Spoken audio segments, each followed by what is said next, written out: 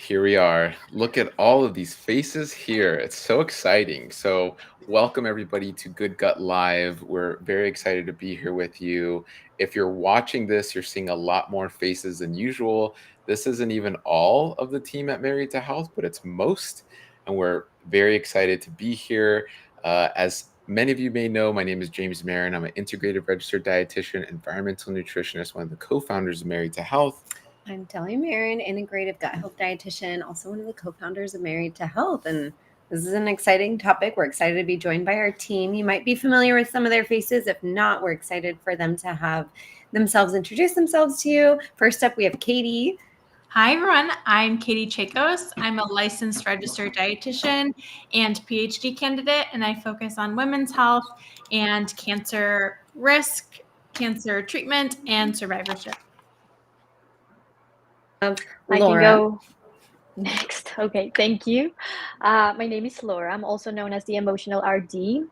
I focus on women's health, nervous system, and I'm also registered dietitian licensed here in Georgia, Atlanta. Cool. And then I'm Damaris Hunger. I'm also one of the dietitians on the team. I'm also a student of naturopathic medicine, and I love working with kids, with adults that have chronic diseases, lifestyle-related diseases. I always see hope in these pictures, so I want to help my patients find that.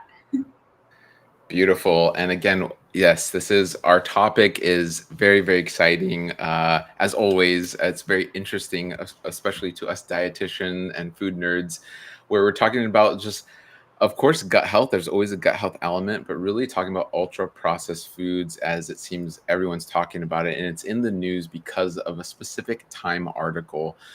So the Time article has been newly titled, "What If Ultra Processed Foods?" And I'll go ahead and share what this is looking at here. There we go. Dahlia's helping me out here. Okay. Well, this is one. So this was why one dietitian is speaking up for ultra processed foods. That is the new title of this article. And so really it is a dietitian saying, and we'll get into this, but really I'll start off by saying we're going to discuss this. We're going to first, I think, define ultra processed foods and get into like what is a processed food, what is this actually, and then we'll discuss this. But this is really the article that started all this discussion, which first and foremost I'll say is great. We need more discussion on food. We need more mainstream outlets discussing processed food and nutrition, and it's great to see a dietitian or even the word dietitian in the title. And I think we all have to then decide on, is all publicity good publicity when it comes to a dietitian? So we'll see. That's TBD for sure. So, okay. So with that, I think what I want to do is then really discuss, and everyone can kind of chime in on processed foods. Now, from the research and scientifically, we're looking at the NOVA system of defining processed foods. And actually, I will pull up another graphic, but really not all processed foods are the same. So there's actually 4 categories. There's or groups of processed foods. And I want to see if I can share this. Here we go. Perfect. And really, this is kind of a blurry, so I apologize for those watching. And for those listening, there's group 1, group 2, and group 3, group 4 when it comes to processed foods. And so you have group 1, which is unprocessed, minimally processed foods. So another term for this, I remember learning about this in undergrad, is like value added foods, where it's like, oh, they took carrots and chopped them and washed them for you, and now they're in a bag, right? I'm sure we've all purchased carrots like that. That's technically a processed food, but I wouldn't say it's in the same category as Oreos, right? So this is why we have different groups. So group 1, I think we can all agree, and anyone can chime in, is like, eat these foods, right? When we're talking about group 1 processed foods, eat these foods. Would we all kind of agree with that, or? Yeah. And, I think it's interesting to go through the spectrum before we kind of pick them apart, because even the word process gets people going. So I think to even hear that any type of processing, someone washing it for you is considered processing. So all of our food, really, unless you're the one pulling it out of the ground yourself, or you grew the food yourself, all of our food in some way, shape, or form is processed. So we want to really drive that point home that, people need to be mindful when they're really going up in arms about certain terminology because there is very much a spectrum. So first up, yes, we do have those processed foods. And then we have things like processed culinary ingredients. So a little bit more processing to this because you're not going to go find a bottle of olive oil growing on a bush, right? You do need to take the olives, wash them, sort them, and then press them, de-seed them, and then press them in order to extract that oil. So we're still cooking with it. There hasn't been anything necessarily added, but rather there's maybe been something removed in order to produce that ingredient or produce that food product. The same could be said for something like maple syrup, right? You're still tapping a maple tree, you're extracting the syrup from it. It's not necessarily added and adulterated, but we're not eating the whole maple tree when we're having maple syrup. So that would be category 2. So a little bit more of a processing to that. And then group 3 would be almost a combination of group 1 and group 2. And actually, my favorite food and a topic we're going to discuss in the near future is in group 3 of processed foods. It's fermented foods. So kimchi and sauerkraut technically fall in group 3 when it comes to processing. So from 1, 2, and 3, there are super healthy foods here, especially when we're talking about group 3 containing technically in the category of fermented food. So if you're buying fermented food in a jar, it's technically a processed food. It's in group 3. And so that's an example of a group 3 processed food, but it'll include other things like beer. Obviously, beer is not just, oh, here's beer. It's a process to make beer from hops and fermenting and distilling, and when you're making other alcohols and wines and cheeses and breads. And so that's where kind of group 3 comes in. I think group 4 is where all the controversy comes in. This is where all the media buzz starts coming into it. Is group 4. Do you want to? And the title of the article did specifically say, ultra processed foods. It states it's talking about these ultra processed foods, and it's talking about why one dietitian was speaking up for ultra processed foods. But we feel like it's important to really educate on what these ultra processed foods are. And really, ultra processed foods they have additional hyper refined ingredients added. So you're going to find things such as ultra processed sugars, where it went through multiple steps of processing in order to get that. You have things like preservatives, stabilizers, bulking agents, foaming agents, gelling agents. These ingredients have been through quite a bit of processing, quite a bit of synthesizing. A large amount of these ingredients you would not find naturally occurring. Usually they are being manufactured in some way, shape, or form. So then our question as dietitians, you have 5 dietitians sitting here before you, is we all want to kind of share our opinion on this spectrum and where some of the opinions in this article came from, our take on these, and just real life of where do these things fit in our lives as those who have our particular niches, our professional opinions, our education. So now that we've talked about kind of what they are, we'd love to hear your initial takes when you read the article. We all had a chance to read it, all had a chance to process it on their own. So we'd love to hear your takes on it. I can start. I think my initial take or thought after reading this article was about context. I think oftentimes, and it's happens a lot in media where the gray is sort of taken out. And I know in our team of dietitians, we love the gray. We love talking about that space where context really matters. And there are certain foods that fall into group 3, group 4, that in certain contexts can be immensely beneficial. And then maybe in other contexts, they're not necessarily needed. I think especially in my space within the area of cancer and oncology and nutrition, that gray area becomes really evident, especially when it comes to people during cancer treatment and they're having intense fatigue and they can't go to the grocery store. They can't even get into the kitchen to cook really beautiful whole food meals that their cancer dietitian was telling them about. And that's where some of these nutritional shakes or bars or other products that would otherwise, in a different context, not necessarily be recommended, but in this particular instance, in this particular point in time for them, might be an essential part of their care. And then once the fatigue has sort of decreased, they can get back into the kitchen and make those beautiful meals for themselves. So I think for me, that really stuck out, that it's not a one size fits all in any means. And I think that's overall a big message as dietitians. It's never one size fits all. Yeah. That's so important, because I think if I could just add to that, this article really was, I think, appealing to a majority of Americans. I know that this dietitian made her commentary based on this book, Ultra Processed People, that came out, in which the author did that experiment on himself. So an N of 1, right?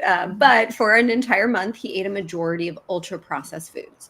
And I don't have exact percentages, but we can say a majority is more than 50%.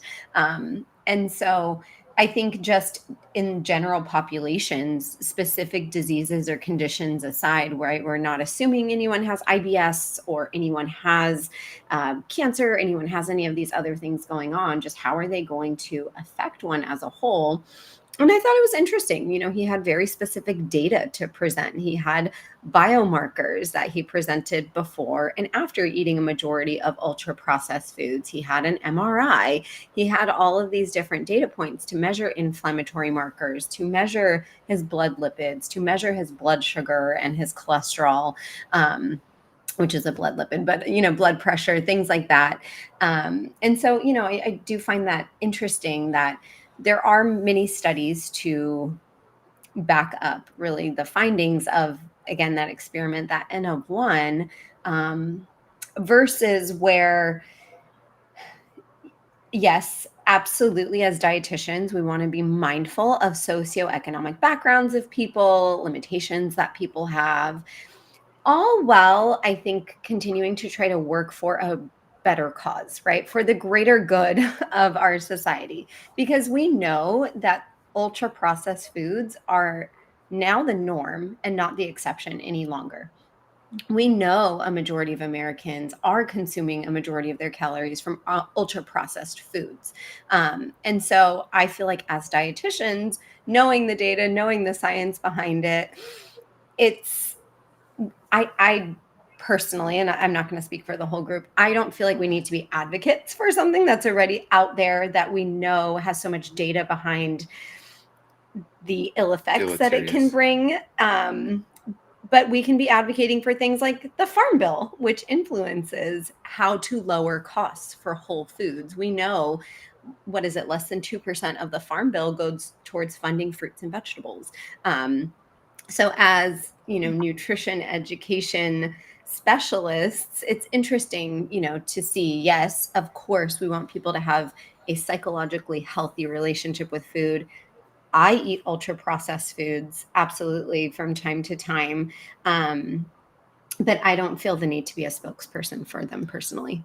And to your point, because Katie, you're so sweet, and I love you, because if the article is written of like, here's how a variety of foods fit into medical nutrition therapy, then because there's even like organic non-GMO health shakes that would technically be ultra processed or fall into that category, right? And we're talking about like enteral tube feeding and all, like, of course we need all of that.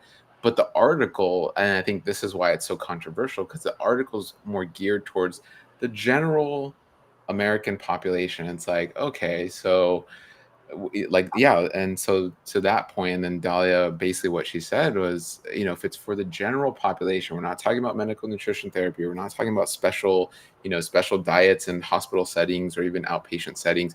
We're talking about the general American. The general American is morbidly obese. We're now approaching 50+% diabetic, We're having increase in autoimmune. We're seeing an increase in last it was like 1 in 8, but really the data is more like almost approaching 1 in 6 with some type of GI issue or dysbiosis, and the stats keep going up. And it's like, okay, what in the last 100 years has changed? And there's a lot, but there's also a significant amount of data to point to what we're eating. We all eat, 3 times a day, some less, some more.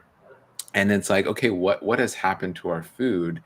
And when we do look at the data, we are seeing from the time the seed is planted to the time it's on the dinner table, it has changed drastically in the last 100 years. And there is a significant piece of that puzzle leading towards ultra processing, right? So whether that is, sugar and fat and protein, the analogy we always given is, what's wrong with cocaine, right? Why don't we all have some cocaine? And I know this is very extreme, I know, but the coca plant is a plant. Like it's coming from a plant. Cocaine's plant-based. Like, let's all just enjoy some cocaine. Well, because we know as we hyper refine or ultra process, as we add synthetic chemicals or remove certain chemicals, we can drastically change the biochemistry of a plant. The coca plant is still used in indigenous populations. They eat the whole leaf.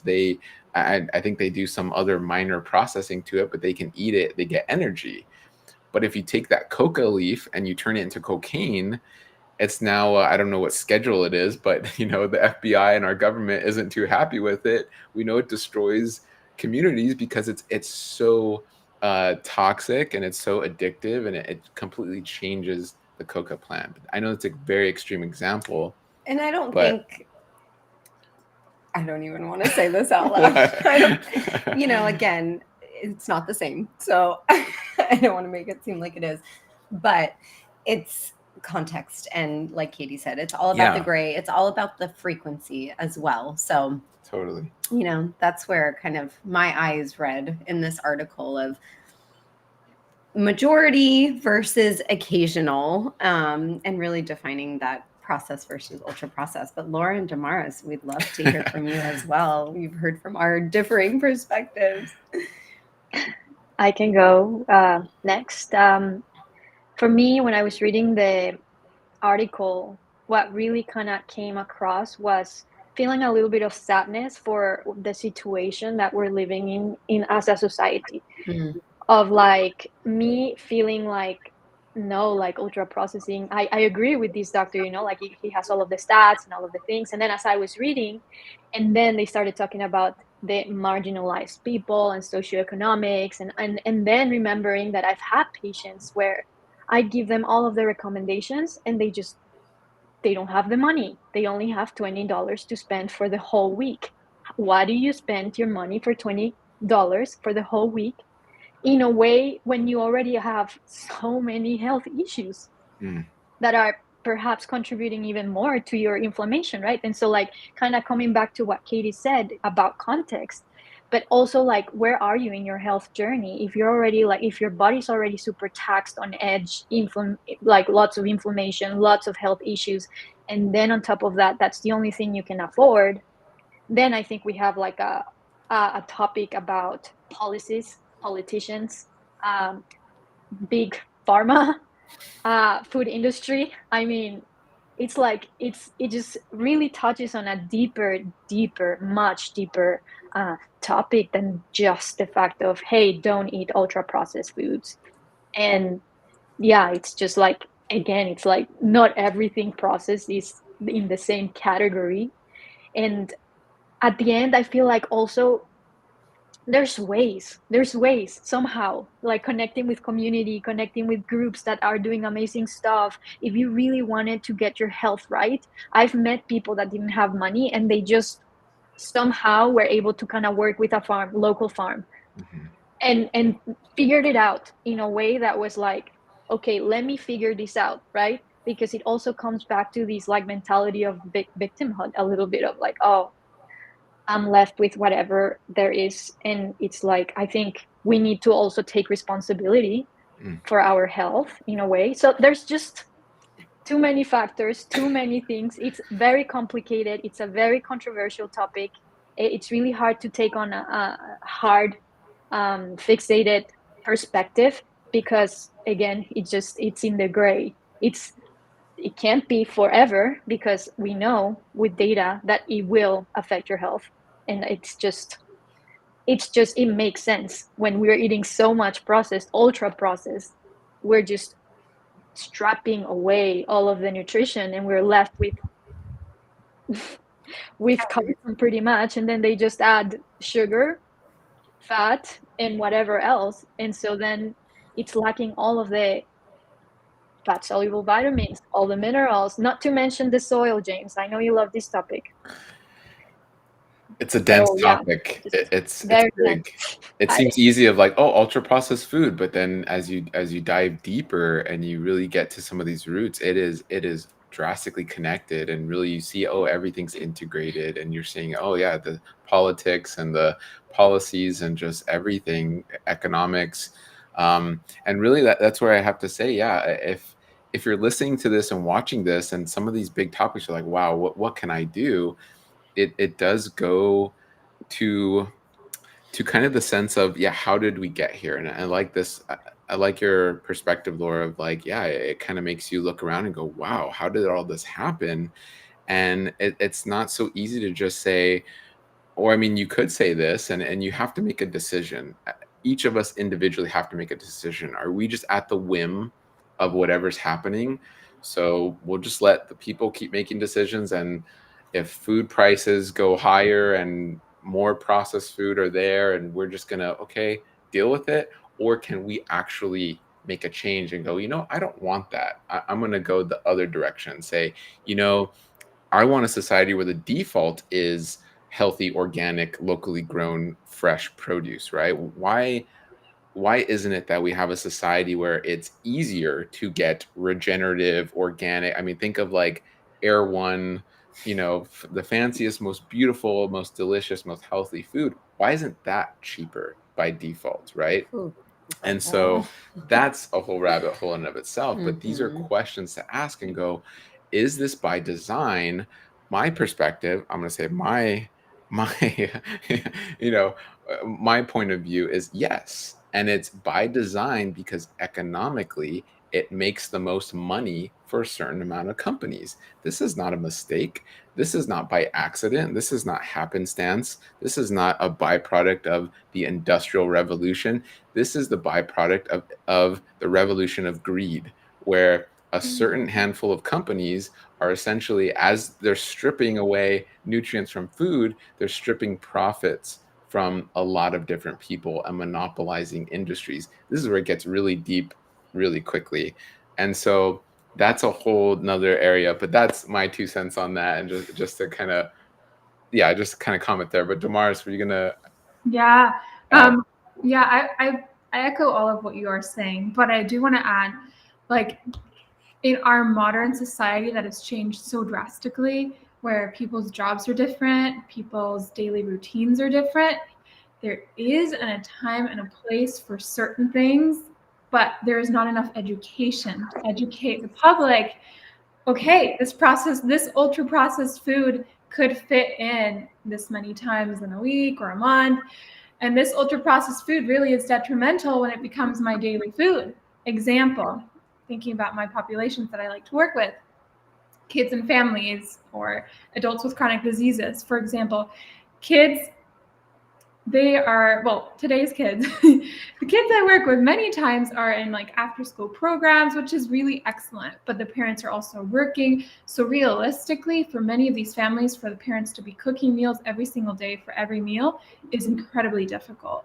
That being said, you could choose something considered an ultra processed food by definition, like an applesauce or canned beans, or like whole grain pasta or bean pasta that is transformed, that is still ultra processed. It's quicker to make, but has many less negative effects.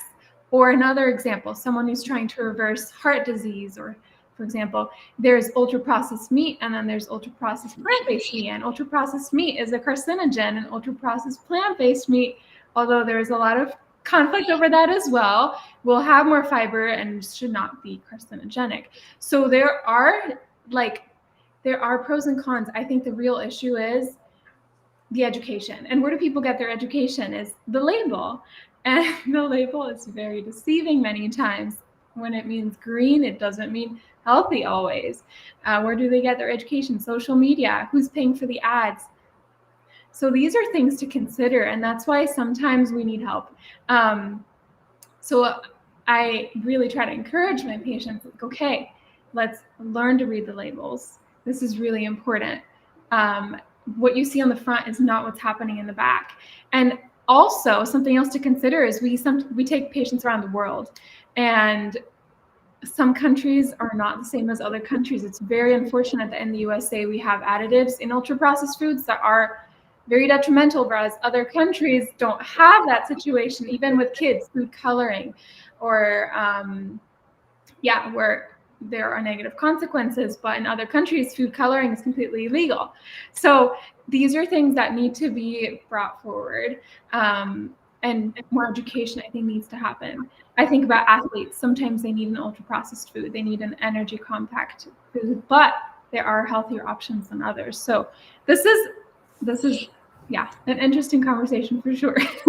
And I'm glad we're having it, because really it's hard to even educate on it because there's no consensus. So even us as dietitians, this is all just our opinions right now, because there really is no recommendation. I know that in November of the 2025 Dietary Guidelines Advisory Committee is expected to release a report on ultra-processed foods. So we'll have that to look forward to kind of say, okay, they're accumulating the data that we currently have on ultra-processed foods, and will hopefully give us some guidance. Although even with that, we do need to also be discerning and kind of use a wise perspective, because even the U.S. Dietary Guidelines Committee receives influence and funding from big food, if you will. So that's a whole nother element that we don't even have standards right now to go off of.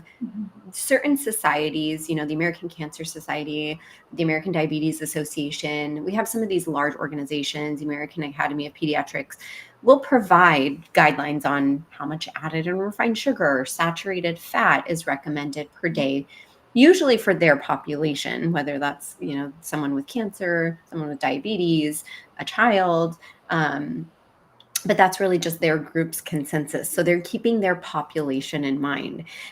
So I'm curious to read this report coming out next year, just to see if it has kind of just the American population in mind. And usually they do categorize it adult versus child, they'll usually put male versus female. But I'm curious to kind of see what their conclusion is, what their assessment is, where this is.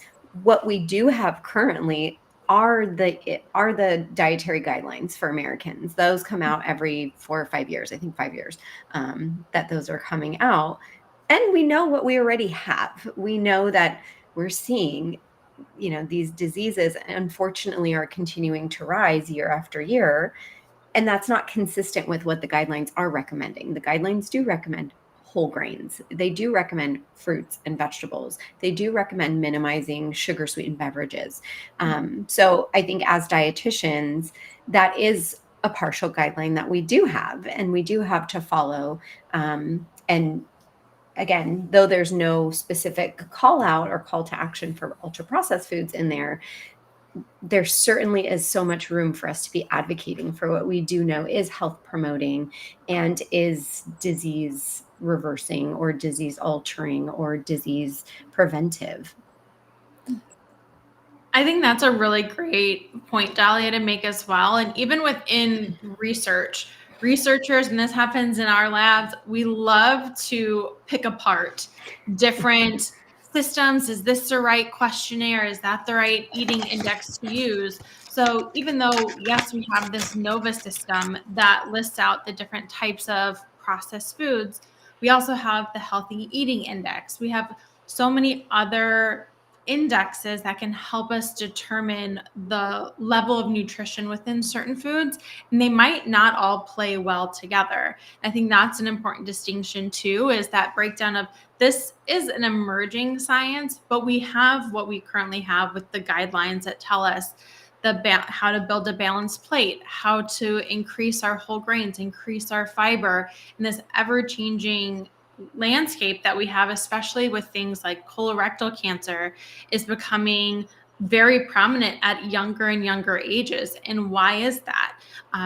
Processed meats being a really big, in my opinion, a really big contributor to that, because that is so heavily linked with colorectal cancer. Hot dogs, salamis, bacon, all of those foods that are common to see at diners or restaurants or just in our home kitchens, and really trying to decrease those foods that we do know have a really strong link already. And how do we help support people to make those changes without having to put so much food in only 4 different categories? I love that, Katie. I totally agree, because yeah, someone could take what I said of like, hey, group 3 processed foods are good, fermented foods, and then like, oh, beer, okay, wine, like, and then go crazy with it, right? Well, it's like, well, obviously, yeah, beer is not as health promoting as kimchi, right? It's like very different. So yeah, I totally agree, where there's so many different metrics, and we kind of have to put them all together and analyze them, and that's where PhDs come in and do all these wonderful studies, and they do these really well designed studies, and we can look at the data a little bit better. So it's really and it great. seems like Laura has something to. Yeah, I just wanted to say that also, that it's very easy to put everything under an umbrella, and it just really depends many times, even with processed foods. Where is it coming from? What are the company doing to like create these processes? Because even if there's a process, like we were saying at the beginning, product, it may be still having like a process that is not as bad. Or maybe there are animals that they're using, they're being fed, they're being out in the sun, all of the things. Same with the plants. Maybe they have like a good soil that have like rich minerals and are taking all of the things that they need, right? So it's really hard to put everything under one umbrella of like, well, this has been linked to cancer. Yes, but like then the question would be, well, what did you use in your research? What type of foods? And they don't really give that much of that information, right? Like it's very tricky, the whole scientific evidence area, because, and Katie, you could probably talk about this, we are dealing with humans have lots of opinions, and what Katie may see in the stethoscope or whatever you call it, I can't even think of the word, may be different from the next person. The other person may not see the same thing, and then they come up with like a whole like average and thing. But again, it's really difficult to do what we're doing with science and having all the time having to be like, it has to be science backed, it has to be science backed, because science also has its issues. That's the truth, to me, in my opinion. Again, my humble opinion, I think that science sometimes also kind of makes mistakes, and that's why we have to take everything with a grain and context and ask questions. I think it's also, sorry, Damaris. I was going to say, I think it's also important, the distinction between the definitions within a research perspective, which is what us as healthcare practitioners do, but then also what the layman terms mean. And ultra processed foods out on the street don't necessarily mean bread from the grocery store. They mean something very different. And so, or whole wheat bread might be considered an ultra processed food on whatever list, but that's not what we would classify for that to mean, versus like a piece of candy or a gummy bear. And so I think that's where we also have to play both sides on, okay, what does my patient think an ultra processed food is, and how do I guide them to the right directions when they are at the store and they're looking at the shelf, because that's what they have access to. So I think that's also an important difference to make. Yeah, one other thing I do want to mention is it's always important to figure out, for you personally, for people you're working with, whatever, what is your goal? Because it can be very different. For some people, it is to like meet a deficiency. For some people, it is to perform really well. For other people, it is to lose weight. For other people, it is to just be nourished. And for all of these different populations, ultra-processed foods have different roles. And so I think that's something else to consider. Is your goal to prevent disease or not? Which ideal it should be. And we want to take a look at all of these and bring them together and then, see how can we best move forward from here. And I feel like as dietitians, we're giving our own version of informed consent when we're talking about nutrition with people. And so it's, one thing to say, hey, you are living on a limited income, and this is maybe how we can budget and help you achieve these things. And I have worked with an underserved population in the past. I worked with families who were mainly receiving WIC and SNAP and very much living on a subsidized life. And so it's not something I'm unfamiliar with to, really help somebody understand their resources, but also provide them that informed consent of this is what's consistent with the data, right? This is more or less from what we know right now, and that may change, how much added and refined and ultra processed sugar is recommended for your children at this time, or for you as an adult at this time.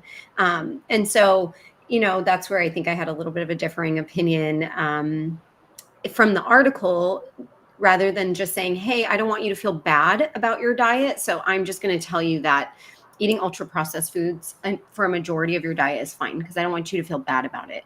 I feel like as dietitians, we have that ethical responsibility to say, absolutely, let's work with your resources. Maybe let's even stretch your resources a little bit more. This is how you can use your WIC funds and maybe not have the 5 gallons of juice, or instead of buying fruit juice, perhaps we can get tomato juice and make soups out of it.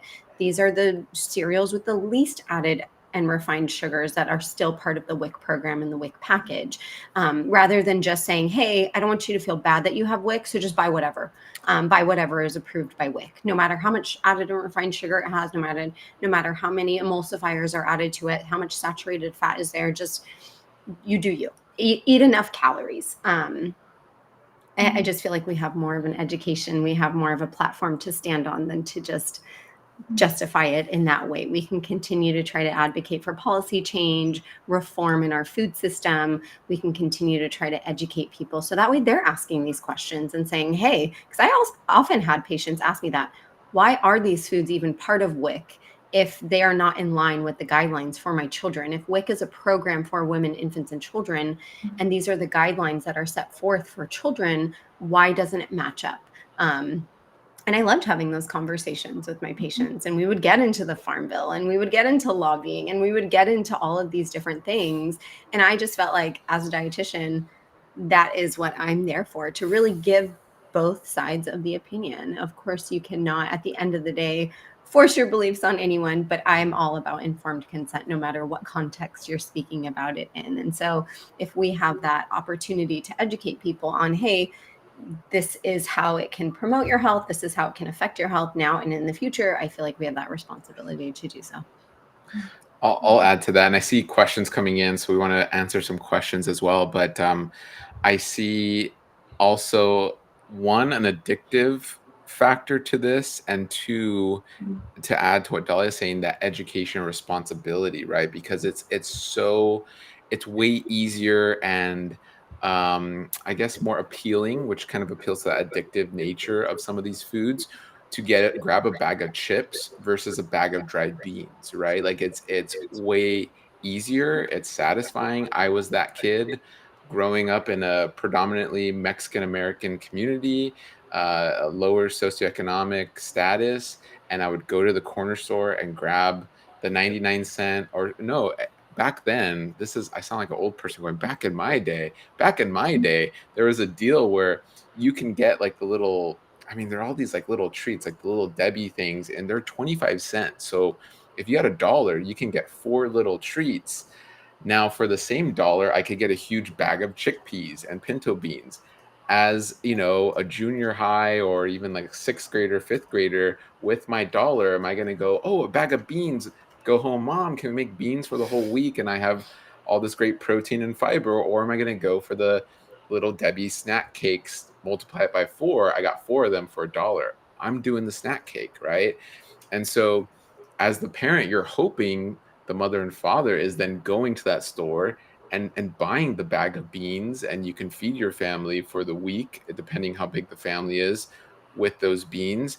But is that happening? And in with that experience with WIC, it wasn't. I mean, some were, don't get me wrong, but many didn't know. Oh wow, I could get that whole bag. And did you know you can even get it organic? Whoa, it covers organic. So there's a lot of that missed education, right? That piece is huge. And that's where, and that's why I do feel very strongly on this. That's where us as dietitians, we are that front line of education. We are kind of that missing piece of that education to go, no, here, check this out. Look what this dollar can do. That's even, I would say, per serving cheaper than a lot of these ultra processed foods. And that's why when the dietitian writing this article made that kind of statement, she made it multiple times of like, the lower socioeconomic people need this food. It's like, well, there's dry grains and dry beans, and there's so much there that's even cheaper, I would argue. And really the data is there, the statistics are there to say it's cheaper.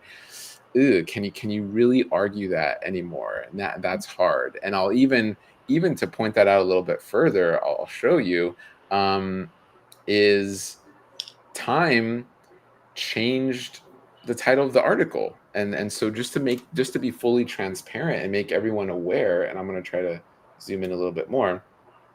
Originally, the article was, what if ultra processed foods aren't as bad as you think? So clearly you have to guess, and we can look into this. I haven't looked into this, but this happens all the time.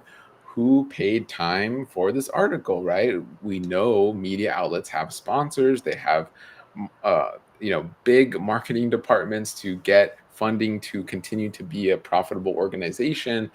And then I think once they saw a lot of the backlash, it quickly turned to, wait, here it is. Hold on. Or let's see. Oh, wait a minute. It was a dietitian. Mm-hmm. Yeah, then they changed it to why one dietitian is. Where was that? Is saying Sorry, ultra processed foods aren't as speaking up for ultra processed foods. Right. So to come back to this one. So I think when people were frustrated with Times for printing this article, then they were like, wait, this isn't on our this isn't our opinion, it's this one dietitian's opinion, which was interesting as a dietitian that week. It was like, oh man, we're getting slammed this week, right? But you see that kind of kick in the can of like, whoa, it's the dietitians, right? And then they're not wrong, but at the same time, like, where'd this article come from? Because if you're a dietitian, and for those that aren't aware, when you're a dietitian or health professional, especially if you're out there on social media or you have your own practice and website, you get approached by many media outlets to say, hey, can we use you as a quote? Can we put your name associated with this article? And they'll pay you money. But then follow that money, right? Where's this article even coming from? Where are they getting the budget to pay this dietitian? And then for them to just throw it all on this dietitian, hey, it's why one dietitian is speaking up for ultra processed food. It adds to the deleterious nature of this article from the get-go. And I have to be honest with that. I mean, just from the way they're changing the title, from what they're saying, from really just this opinion and this point of view. Again, I know context matters, and that's why in the context of where we are, and literally in the section, I don't know if you guys can see it here, but if we look at the top, it's health, diet, and nutrition. What about this article is healthy and nutritious, and it just, all of it kind of puts that kind of taste in your mouth of like, why are we doing this, and why now, right? So it's very interesting. And I think the good of it, though, I would say, is we're having this conversation. The good of it is we can hopefully add that context with our patients. The good is it gives us another reminder, I think, and I hope, where we can remind our patients that you are not a one size fits all. You are an individual, and we need to take an individual approach with you, whether you need some processed foods for your medical nutrition therapy, or you're a 3-year-old child growing up in 2024 America and want to be healthy. You know, this speaks to what we and why we talk about gut health every day, and promoting beans and peas and lentils and nuts and seeds, as is we are trying to grow these amazing guts, this gut microbiome, and really that is fed, what we know by studies, not by ultra processed foods per se, and that majority of what this article is saying, which is like 80% diet of ultra processed foods. It's going, no, it's actually better nurtured by a diet, a majority of whole foods. Not to say you can never eat ultra processed foods, right? So that context is just so important. And had the article been written that way, it wouldn't have probably gotten that much attention.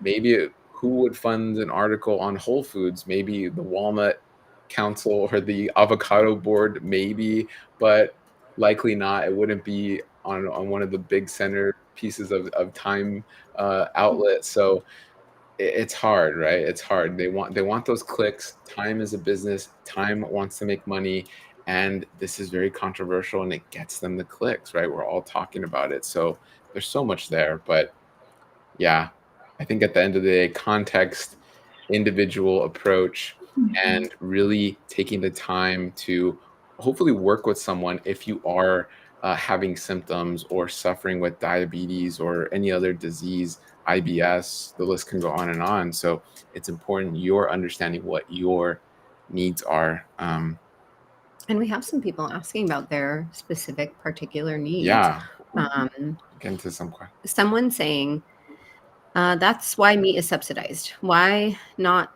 Why don't they subsidize healthy food instead? Interesting. Yeah, so back when we're talking about subsidies. Well, and that's contextual as well. But it brings an interesting point again about subsidies in general. And I know we've mentioned subsidies in the past, but maybe this is a topic that people want to hear more about. I think we could offer an interesting insight as dietitians on subsidies and the Farm Bill and all that goes into that. But yeah, we do know we would love to advocate for a higher percentage of our Farm Bill subsidies going to those who are growing a variety of fruits and vegetables. We do know right now a very large percentage of our Farm Bill subsidies are going to things like beets, sugarcane, corn, and soy. And a majority of that soy is not for human consumption. It's for animal feed. Same with the corn. A lot of that is for animal feed. So not only are they changing the soil environment by monocropping in this way, they are also really funneling our funds that us as taxpayers are paying into for just a very small variety of different things that ultimately will make up at least some of ultra processed foods, ultra refined foods. So there's a lot that goes into the Farm Bill. I love when Dahlia talks Farm Bill. Wow. To fall in love with her more. That's James' love language. Soil, Farm Bill. And I don't know, do any of you ever look into the Farm Bill, read about the Farm Bill, chat about the Farm Bill with your patients, or is that a topic that's ever crossed your minds at all of what are we subsidizing and what do our tax dollars go towards?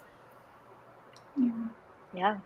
I think, isn't it that so that when you're in the grocery store, like you will see like some of like the dairy and meats like in other like more processed foods, they're seem to be cheaper, but you don't realize that you're already paying that in your taxes compared to the organic other type of products that yes, you will see a higher price, but you didn't pay in your taxes for that. So it's like yeah, I've talked about that before of like we don't really see the full picture of what the price is that is displayed in the grocery store. Is it we've already been paying like with taxes, so that's why they were able to decrease it versus the other way around. So yeah, it does come through many times. Especially when you start following and you track. It's like, but why? And then you keep asking the why, and then you get more curious, and then you get more, deep into the thing, and then you just follow and follow and follow, and then you just get to the, okay. Yeah.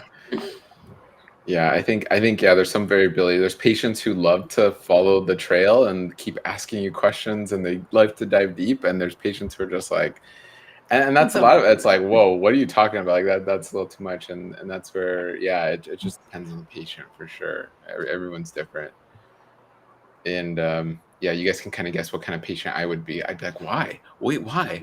It's always like, why is the question for sure. Very curious. But I'll say, I see some other questions here. I kind of, one, let's see. Hello, I was wondering if there's any healthy drink alternatives you recommend. So this goes to, okay, we're seeing the drinks out there. We had mini drinks during our dietitian retreat.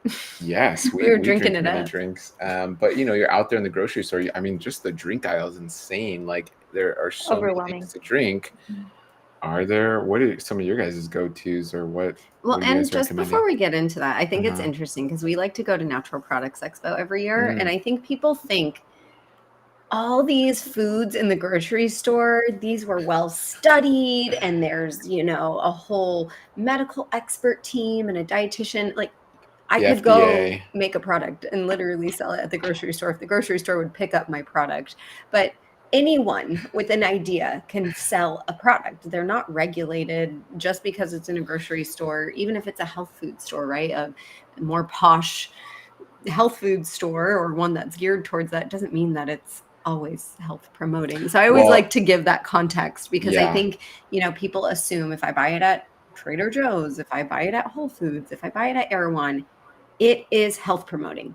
And so I always just like to give that context of like, okay. And then to clarify, it is regulated. However, there are loopholes that make it easy to. I think sanitation is regulated. Right. Well, and GROS, like generally recognized as safe, right? Like there's a whole host of ingredients to pick from to make your own thing, and then you're good to go. That doesn't mean it's been very well studied, especially in combinations. It's true for supplements. It's true for foods. It's heavy metals and stuff like that. Who knows? Yeah, that's with other contaminants. Oh my gosh. So yes, it is. It comes back to you as the individual to have that responsibility, right? Of education, of discernment, of discipline, it goes back to your responsibility at the end of the day. But so that's it. Well, anyway, but how healthy. So if you were, as experts, as dietitians, if you're in the grocery store, what are some drinks you're getting for you and your family, or any ones you guys want to shout out? Or I'm really boring in that I like plain water with a little bit of salt and lemon. Like I'm very basic. I don't really care about other drinks, to be honest. But if I am gonna have a drink, I actually found that I really like Olipop, the ginger lime. I really like that one. And if you can, like, kind of coming back to what Damaris was saying earlier, if you look at the ingredients list, you can actually see like what they're using, and that some of their ingredients are actually kind of gut friendly because they have like the fibers and all of these other things that make this drink maybe a little bit better, Yep. But for me, it's plain water, maybe a little bit of electrolytes, just very basic. Oh, sorry. I have another idea. Coconut water, if you want a little bit of extra flavor, but I will say be careful with coconut water because a lot of them add sugar. A nice one is Harmless Harvest coconut water. So with drinks in general, added sugars, look for added sugars in the back. If they're added sugars, they added real sugar. So that's another idea. And then herbal teas, fruit teas, don't knock it till you try it, even if it's cold. Some of these like fruit tea flavors, they really hit the spot. When I'm studying, fruit teas, yes. Even if they're cold with some lemon, very nice. Hibiscus tea, really nice for blood pressure as well.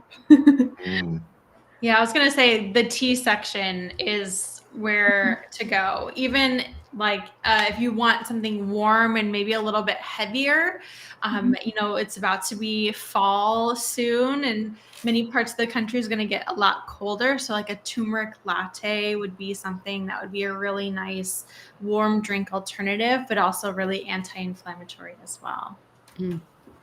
Love it. I got to say, yeah, love Olipop, love Harmless Harvest. But it's funny when you mentioned the teas and the fruit teas and all that. Dahlia one time made a killer hibiscus, like Jamaica. It was with hibiscus and dates. And I did? yeah, Oh. it was a while back. I mean, we're so busy now. She doesn't make it all the time. But that was so delicious. Yeah. Where you're getting the sweetness of the dates and I mean, hopefully many of you watching and listening have tried Jamaica or a hibiscus like sweetened drink. What is it in Egypt? In Egypt they have it. Kerkede. What is it? Kerkede. Karkade. So when we were in Egypt, it was basically like Jamaica, like we have in Mexico, but it was Karkade in Egypt, and it was delicious. And so that is amazing.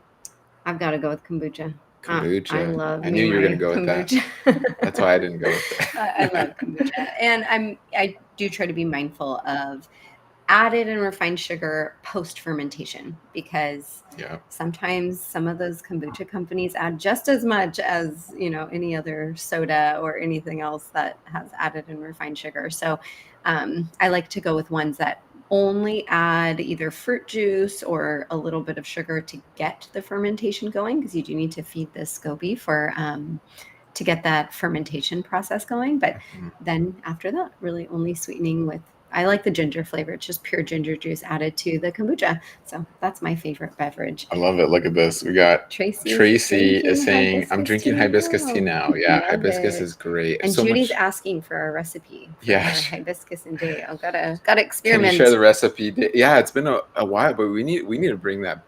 Yeah, we need to make that a recipe and add it to the program, add it to our. So affordable too. Yeah. That would be a really affordable recipe. And our last question, interestingly, I've not read this report, so I don't know that I could speak to it, but Judy's asking, what do you think about the reported benefit of olive oil? I'm aware of the crossover study reported by PCRM, Physicians Committee for Responsible Medicine, comparing people following a Mediterranean diet with 4 tablespoons of olive oil a day with those who are not consuming olive oil. However, no one discussed using a lesser amount of olive oil, such as 1 tablespoon or less. I just very briefly looked over their study. I have not read this study. But it seems like they compared people on a plant-based diet. They had people who were eating 4 tablespoons a day versus they just had lower fat. And they found that, of course, those who were not eating as much oil lost weight, because 4 tablespoons of oil is quite calorie dense. But they also saw a change in their LDL cholesterol. I don't know the amount, again, because I haven't read the study. But yeah, I know that per the Predimed study, we know that there are benefits to adding olive oil to the diet. Most cardiovascular disease markers decreased with the presence of extra virgin olive oil in the diet. Whether the amounts, I would say, would probably differ person to person based on their caloric needs and their very specific predisposition, just genetically, and their lifestyle, their diet, their exercise. Yeah, and ultimately, go ahead. I was just gonna say, and also like quality matters when it comes to these type of oils and how it's packaged. You know, oils can get rancid very easily and get like really influenced by heat and light and all of this stuff. So it's really important that when you're choosing olive oil, that you make sure that perhaps it's organic, you know, as if the budget allows, if you can do it, to go for quality and making sure that the bottle is glass and dark so that it protects the oil and so that it stays fresh and has all of the nutrients whenever you're going to consume them.